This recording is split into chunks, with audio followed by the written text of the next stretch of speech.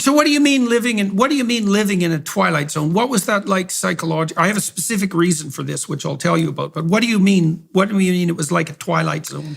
It felt as if, in my perspective, 2 years ago, maybe, a man enters a woman's locker room, he's immediately arrested and charged with voyeurism, indecent exposure, sexual harassment. I'm sure the list could go on.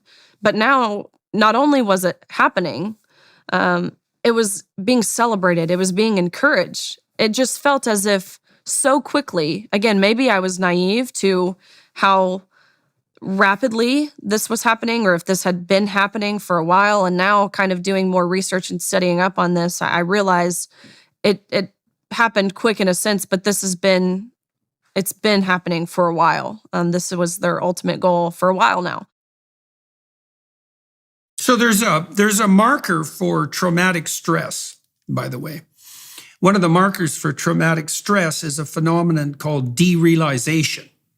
And so if something happens to you and you can't believe it's happening, then that's a marker for the development of traumatic stress disorders. Now, it's not an invariable marker, but it's a pretty good marker.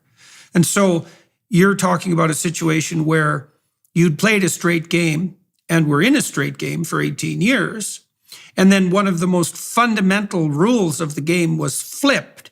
And not only with regards to swimming, and that's not nothing because you devoted your life to it, and so had your teammates, but also with regards to the locker room. Because, right, there's two things going on here. Not only are you competing against Will Thomas, who now calls himself Leah and has his idiot acolytes going along with that, but there's the locker room issue too.